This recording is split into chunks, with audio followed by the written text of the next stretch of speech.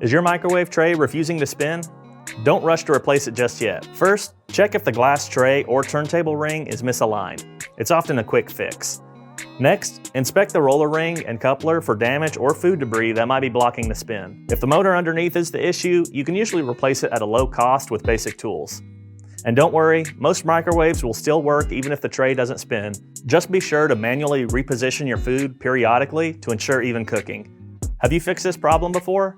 Share your tips below.